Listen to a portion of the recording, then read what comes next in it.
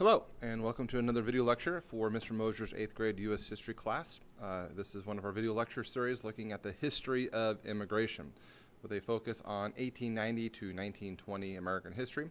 And we're going to look at big idea number one in immigration, which is we are a nation of immigrants. And this is a phrase that you'll hear oftentimes associated with the United States and with U.S. history. So the textbook reading for this particular lecture series comes to us from pages 636 to 641, A New Wave of Immigration.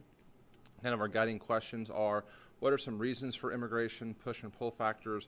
Why do so many people say that we are a nation of immigrants? How did early immigrants differ from later waves of immigration that took place throughout the 1800s? So that'll be kind of our focus here as we're looking at our story of immigration.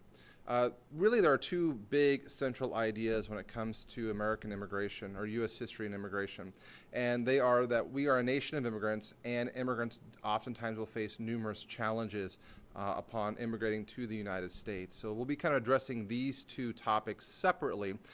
This lecture will focus mostly on big idea number one, and there'll be a following lecture that will look at kind of big idea number two. So what do we mean when we say we are a nation of immigrants? And this is kind of a handy little graph that shows immigration numbers of immigrants who came to the United States from about 1820 till the 2000s.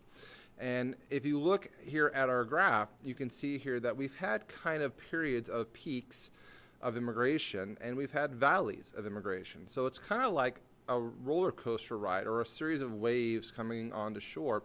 We haven't always seen a steady number every single time. We get the same number of immigrants every year in our history. They typically come in these waves or cycles, and those waves and cycles can be associated with those push or pull factors. For example, we can look at things like the 1849 gold rush. Here in 1849, we see a spike in immigration. That's a pull factor that's bringing immigrants into the U.S. At the same time, you've got famine going on in Europe, especially in places like Germany or in Ireland, and that's a push factor. It's pushing people out. So you've got both push and pull factors working there. We also see here in the 1860s, right before the 1870s, a kind of another increase between basically 1865 up until 1880, a little bit of an increase. And again, that can be associated with the Homestead Act. Another pull, free land is being offered to those willing to move out to the western lands of the U.S. And again, that's pulling more people to the U.S. We see in the 1880s religious persecution in Europe, especially Jewish people living in Eastern Europe and parts like Russia and Poland. That's pushing a lot of Jews out of those places that they don't feel safe, and so they're immigrating to the United States. And we see that again with population in Italy that's being overpopulated, too many people in the 1900s. We see another very large spike, and we see another one here in the 1920s with the Mexican Civil War, both of these overpopulation and Mexican Civil War being examples of push factors. And so as we look at the history of immigration in the United States, generally it comes in waves, and even if we look at more modern history, we see here as well that it's been kind of on a steady increase, but within the last 20 years, we've seen large spikes, kind of ups and downs as immigration patterns have somewhat changed over time. So what are these immigrants like? So when we say we are a nation of immigrants, what we're really talking about is that there have been different times in our history we've had different groups of people coming into the United States from different parts around the world. And they've kind of come in these different cycles or waves. So let's talk about some of these different time periods of immigration. Really, our early immigration, if we kind of trace our history back to our founding as one of the 13 colonies, those 13 colonies were all founded by immigrants. These were all people leaving primarily from England, mostly from Europe and England, that settled in this part of what will become the 13 colonies of the United States. And so most of these immigrants were mostly from, like I said, northern and western Europe. And in the 1700s, we're still having importation of African slaves as part of the slave trade going on. When we become a nation and we ratify the Constitution and we take our first census to kind of do a head count of our population in 1790, about 80% of the people living in the United States at that time, those 13 original colonies, those 13 first states, all claimed British ancestry. So you can see that for the vast majority of early Americans, These were people that kind of identified with this British identity. And at the same census, there are about 800,000 who were African Americans, which is about 19.3% of the population, vast majority of those being slaves. So we think about the kind of early foundation of our nation. That's kind of the biography of kind of what we looked at as a nation. As we kind of fast forward, by the time we get into the 1840s and 1850s, a new wave of immigrants really start coming into the United States, and a lot of them end up coming from the country of Ireland. Between 1845 and 1854, about 2.9 million immigrants came to the U.S., and about half of those were Irish. And a lot of them will settle in the New England area, especially places like Boston and New York. And as we've discussed earlier, this was because of a major push factor. At the time, Ireland was experiencing a horrific potato famine.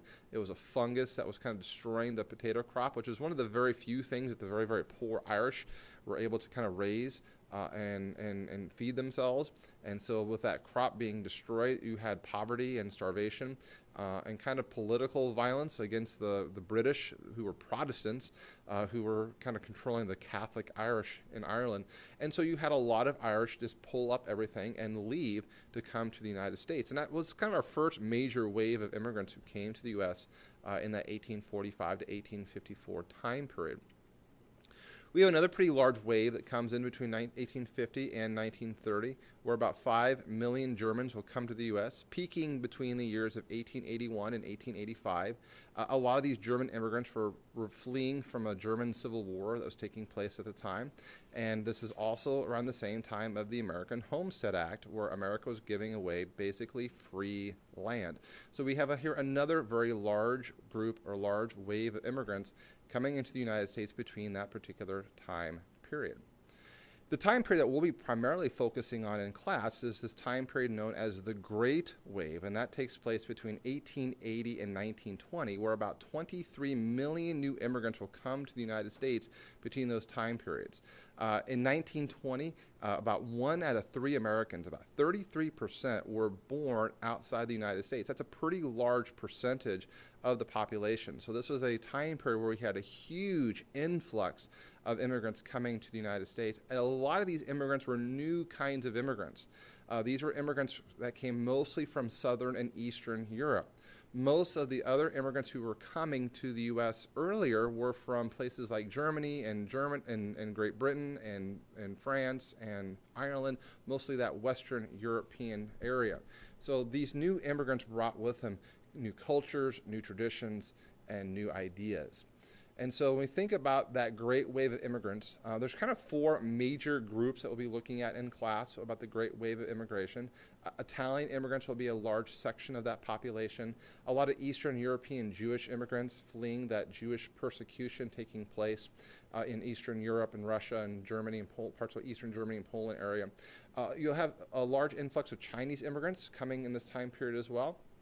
And you'll also have a lot of Mexican immigrants coming into the U.S.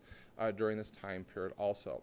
So we think about the history of immigration. We kind of think of us as a nation of immigrants that come in waves, comes in cycles, and each new time period brings kind of another generation, a new grouping of immigrants into the United States and becomes part of that fabric we call the United States of America. So when we say we are a nation of immigrants, we're kind of referring to this wave of people that are coming into the U.S.